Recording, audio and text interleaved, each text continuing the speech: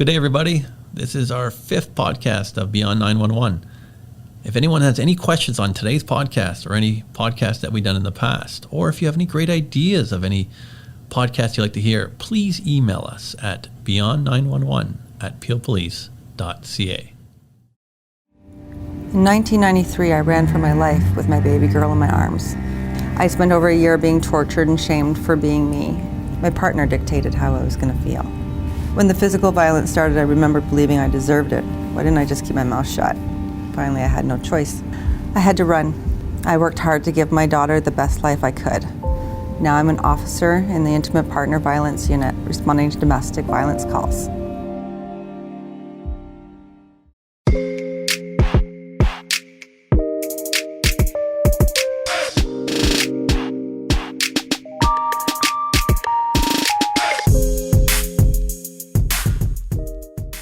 Good afternoon, everybody. I'm Sergeant Joe Carty from Peel Regional Police, and I just want to start us right off the bat.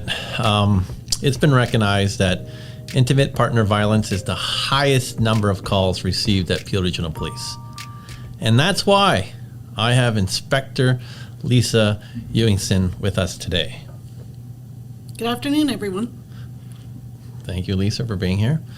And in this podcast, we're going to be talking about intimate partner violence, Peel Regional Police new unit, IPV, that's what it stands for.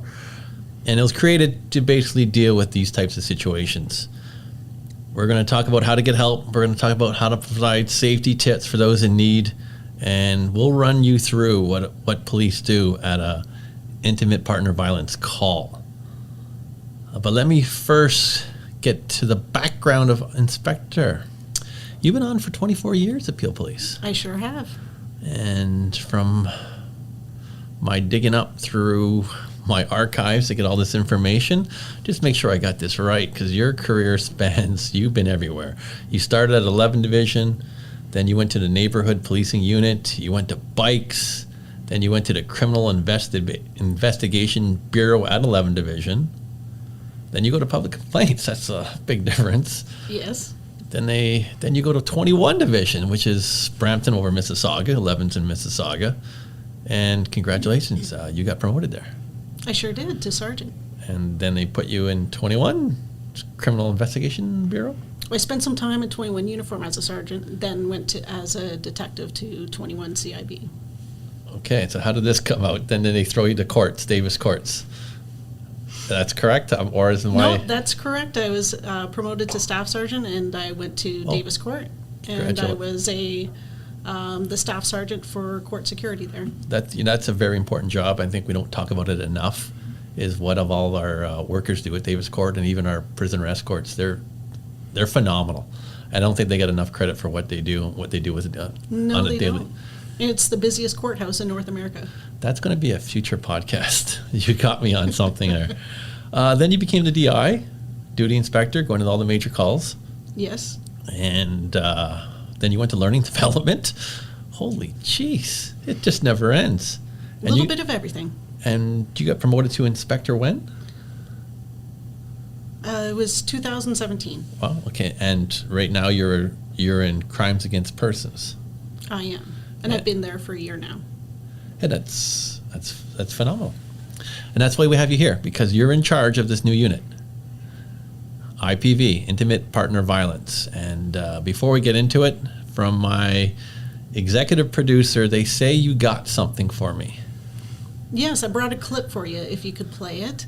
It's a video that we created for the launch of our unit for April. The launch of the unit was on April 20th. And part of the video, we have one of our investigators, Detective Constable Katherine Kulback, and she shares her story of prior to her becoming a police officer, she herself was a survivor of intimate partner violence. And it's a very impactful story, and it's a story that we needed to share with the community. Okay. So if you want to play that clip. Let me talk to my executive producer. Are we able to play that? Yeah? You already know about this, and you didn't? Okay. All right, let's play it. Awesome.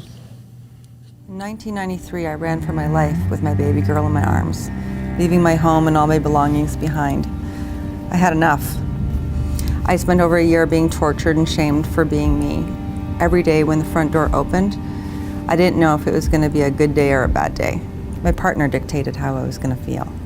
When the physical violence started, I remember believing I deserved it. Why didn't I just keep my mouth shut?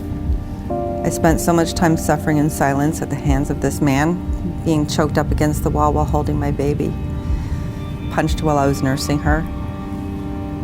If I left, he would kill me, and I could not have my daughter grow up without my protection.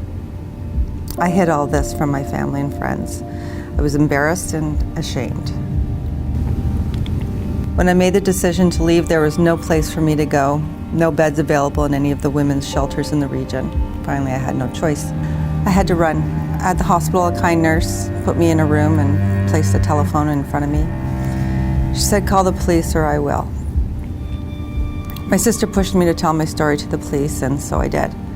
He was arrested, and I felt so guilty.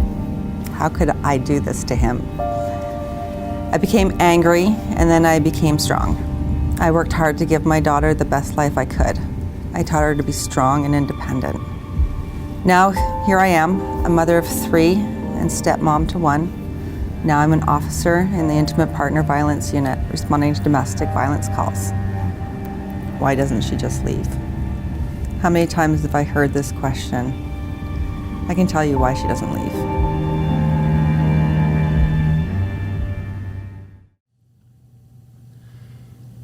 Wow. I don't know. I'm happy you brought that clip. And just to hear that, that's very heavy. That's very powerful. That's very courageous. Her as a survivor, and she's an officer. Like I've never met this officer, but I have nothing but positive things to say after she's coming forth and letting the audience hear that. That was remarkable. She truly is a strong and courageous woman, and part of being a survivor is why she wanted to become a police officer. And actually, that's a story of many of our police officers that the community doesn't really see. We all have stories, and this is why we want to become police officers and serve our community, is to help others. Agreed. So let's get right into this. What is IPV, which is intimate partner violence? I'll be using IPV more often through the course of this podcast instead of always saying intimate partner violence. What is IPV? Why did we form a partnership with Safe Centers Appeal? And let's go right into it. What is the goal of this unit? So first of all, I want to start with, we all have the same common goal. Us with the Safe Center Appeal and all our community partners, it's to protect survivors and their families, ensuring their protection and helping them to heal and thrive. So late last August, we approached the Safe Center Appeal to begin our discussions on how we can co-locate in different opportunities for a collaborative partnership. And while the presence of police at Safe Center, it's intended to be that positive change, but we understand that it may not be perceived the same by all members of our community. So together with my partners at the Safe Center, we really worked hard towards building a foundational partnership to start breaking down these barriers. So we listened to our partners, we listened to survivors, and we got feedback on how best we can operate, coexist, and really to navigate through these challenging times. And like I said at the beginning, despite any differences, we always have the same common goal, which is to help protect and support survivors and their families. The feedback I get from my audience is they like numbers. And when I started off this podcast, we talked about IPV is the highest number of calls received by Peel Regional Police. Do you have the number of calls that we done like in last year, 2020? I don't have the exact number, but it's roughly around 18,000 calls that our officers attended. 18,000? 18,000, just over. And if you break that down, we're attending 50 calls per day within our region. And break that down even further, that's 2 per hour. So there's 2 calls per hour to our front line for intimate partner violence. Yes. I didn't think that would be so high, but I guess I never really looked at the numbers, but that's really interesting. I want to go a bit deeper because I know from watching the news and actually being an officer, I've been at one of these scenes last year. So I just want to get the numbers. I'm a numbers guy. How many I can't say that. How would I phrase this? How many intimate partner violence homicides we had last year? Last year, out of the 16 homicides we had in total, 5 of those were related to intimate partner violence. So we had 5 femicides in our region. That's a lot. When you look, my math's not the best. That's about maybe 40%. Yeah, it's around 40% of all our homicides are linked to intimate partner violence. That's a problem. And we just had one this year as well, a couple of weeks ago. That is, I think that's why we're having this podcast, to bring education to the community about intimate partner violence. How does because it's a new unit and it's changing the way we police, how does this new unit work with our frontline officers? Like, what do we expect? So when a frontline officer attends an intimate partner violence call, and it's determined that a criminal offense has taken place and that there'll be charges, the incident would then be turned over to our intimate partner violence investigators. And this will allow our frontline to return back to the road. So it also helps reduce the workload to our frontline patrol.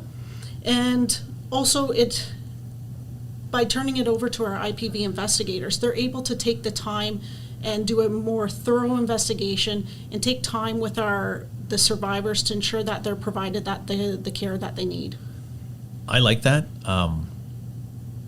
I like the fact that as a frontline, domestics are they're difficult to deal with as an officer.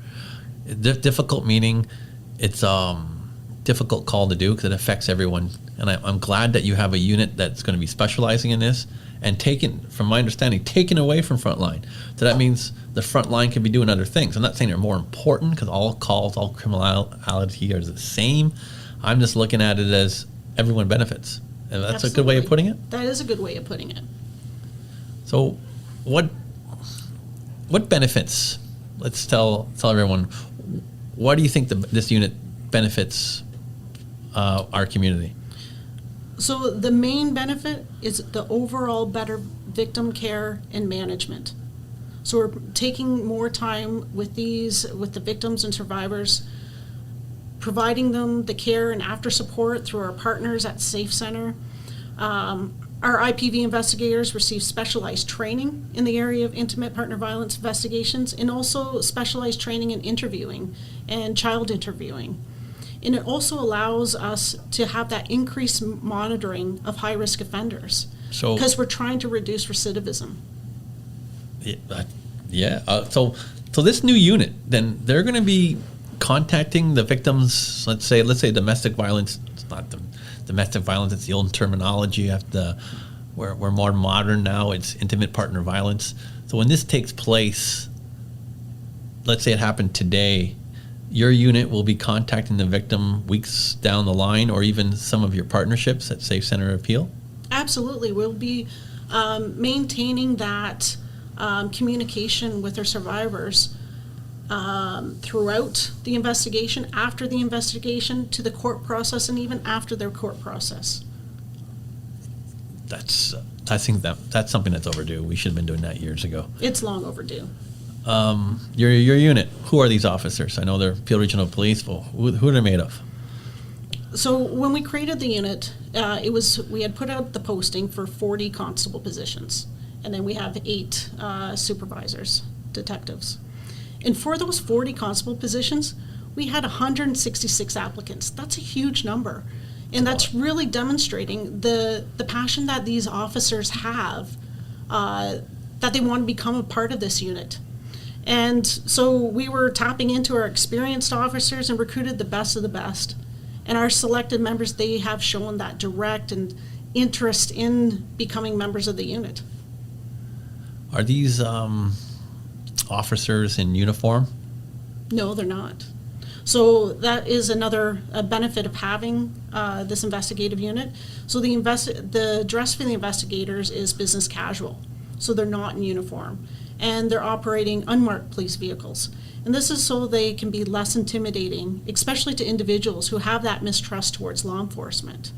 And also like to point out, we have interview rooms at the Safe Center Appeal, and they're comfortably furnished to help the survivors feel more at ease when they're telling their what happened to them, to the investigators. I know we touched on this. I just want to go a little further. What training has each of your officers received compared to, like, let's say what I received, or who cares what I received? What training has they received? So prior to the unit launching in April, I was able to get a bunch of training to all the investigators. So they had all the tools necessary prior to them starting.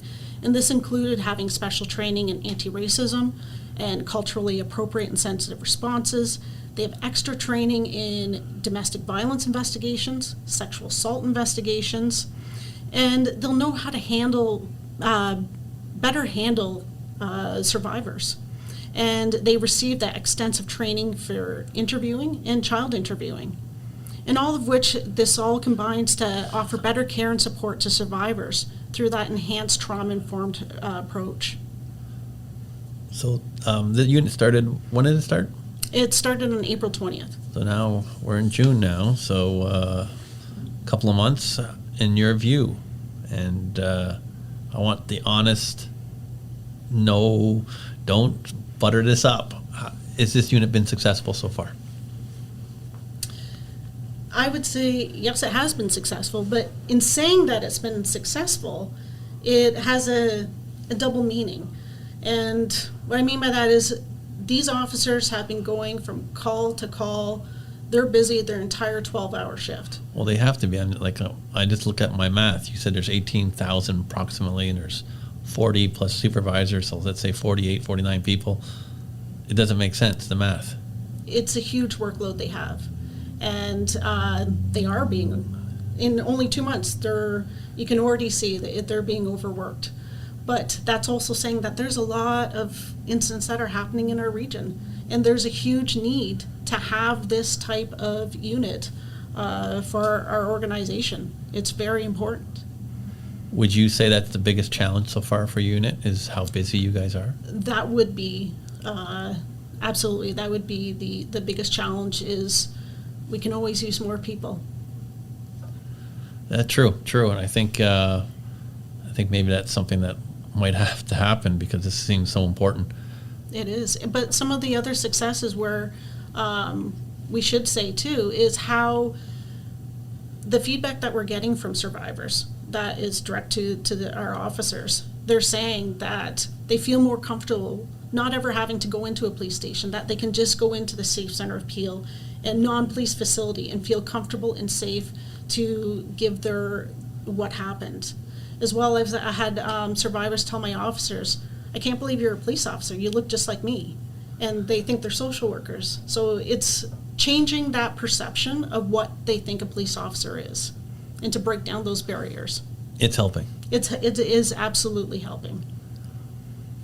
For the listeners out there or listening to this podcast who are going through intimate partner violence, I think, like, from my understanding, and correct me if I'm wrong, usually they don't call police the first time it happens. And there's many reasons why, and I'm not going to really go into that because everyone's different. What I want to go into, if they decide to call police, and I hope they do if they're in a situation like that, if they call police, what do they expect? Could you run us through a call? If, like, how would it all take place if we start from the beginning? If someone who's going through intimate partner violence calls police, what happens? Okay, first of all, if anyone's in danger or they feel threatened, they need to call 911 immediately for the fastest response. And then police will respond. Uniform officers will respond to the call for service. From there, they'll conduct a thorough investigation. If the survivor's needs a place of safety, we'll assist you with that. We'll make sure that you have a safe place to go. If you've suffered an injury, we'll take photographs of that injury, of course, with their consent. You'll be asked to provide a statement about the incident. And then if the officer has reasonable grounds to believe a criminal offense has occurred in the intimate relationship, then the accused will be arrested and charged accordingly. And then following that charge, the accused will either be released with conditions or held in custody pending a bail hearing. And once the charge has been laid, it's important to note that it's the Crown Attorney who decides how it will proceed. So neither us as the police or the survivor can withdraw the charges. And once a charge has been laid, the case will be prosecuted by a lawyer from the Crown Attorney's Office at no cost to the victim. So that's important. That is important. Because it's costing nothing, because a lot of this could be financial. Yes, absolutely. So this costing the victim nothing. It doesn't cost the survivor anything.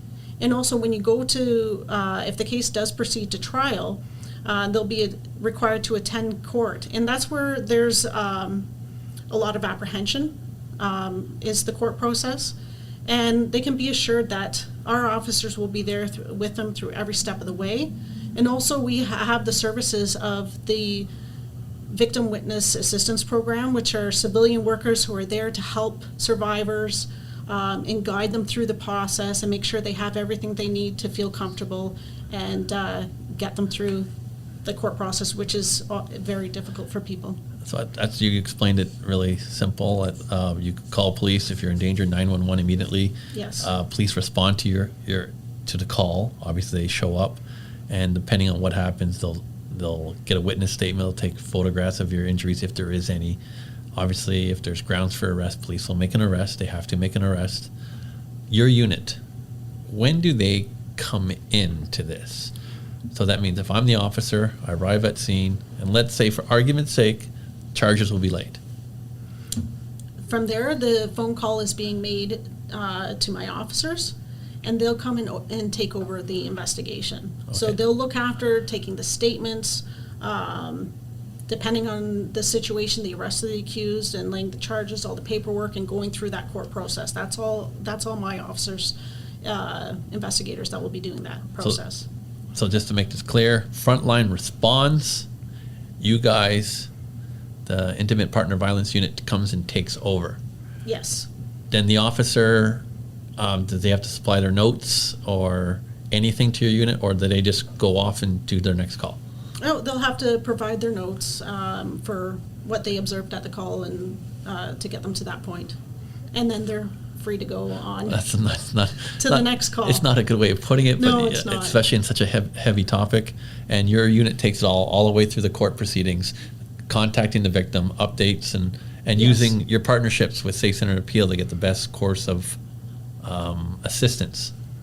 Yes, because that can look like short-term counseling, long-term counseling, help with financial assistance, legal assistance, multicultural services, parenting, child welfare. There's a whole array of services that we can provide them assistance through the Safe Center and all our community partners through there. I know you touched on this. I'd like to get more detail. For a person who's going through intimate partner violence, there's obviously safety tips they can be aware of to help them going through what they're going through. Basically, could you give some safety tips out for our listeners out there? Sure, and recognize that every strategy is going to be different depending on the person's situation. So it's really what works best to keep you safe. And that starts with who can you call in a crisis. If it's a family member, a close family friend, neighbor, coworker, be sure you have those contact numbers readily available. When you're actually in an argument, try to avoid areas where the abuser could have easily access weapons, like in a kitchen garage, or where you're not able to have a quick exit. So that's important to know, like best escape routes, practice your emergency exit plans, and if possible, leave the house or call police before any violence starts to stop it right from the beginning. Some other tips that you could have are creating code words or a signal with your children or neighbors, so they know if they see the signal that they'll immediately call police for help. That's wise. It's a very wise one.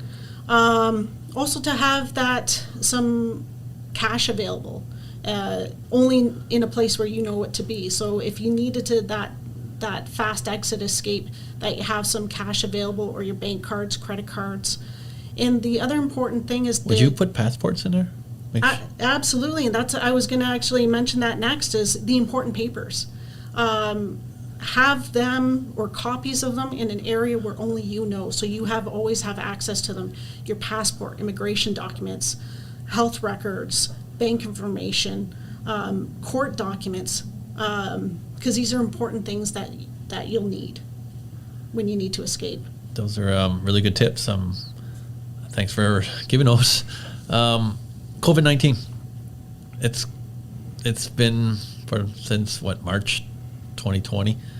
Has it caused obstacles in people reporting these type of calls, intimate partner violence calls to police? It actually has created many barriers. It's also called, in the community, we call it the shadow pandemic, because people feel that they're trapped in their house and they have nowhere to go. So it's unfortunate that people aren't calling because they're scared, because they feel that they have no escape.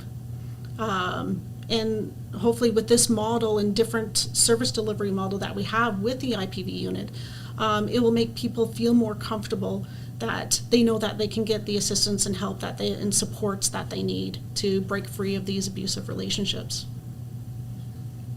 If you did your research on the podcast, Beyond 911, and you'll find out that I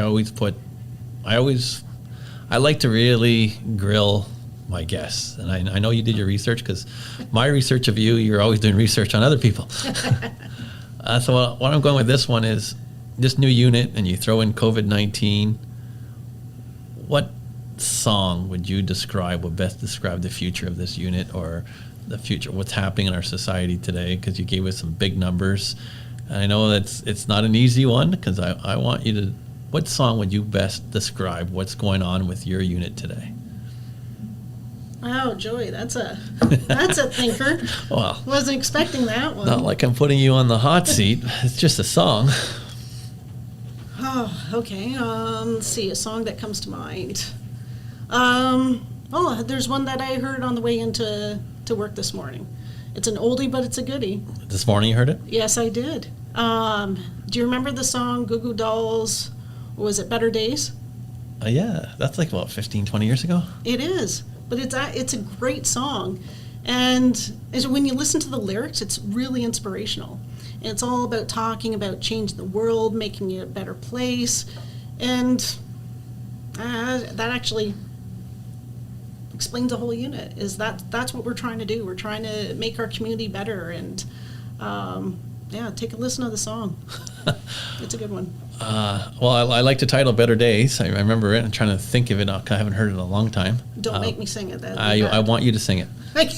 No. I am not singing. I do remember the song, and you're right. It's all about improving your area so we can help the community better. Yes. Dealing with intimate partner violence. And that's why I had you here today. I think when you think about it, the goal of this podcast is basically to reduce the number of incidents of intimate partner violence and homicides, like you brought up with that number, almost 40% in our community, through education. This is education.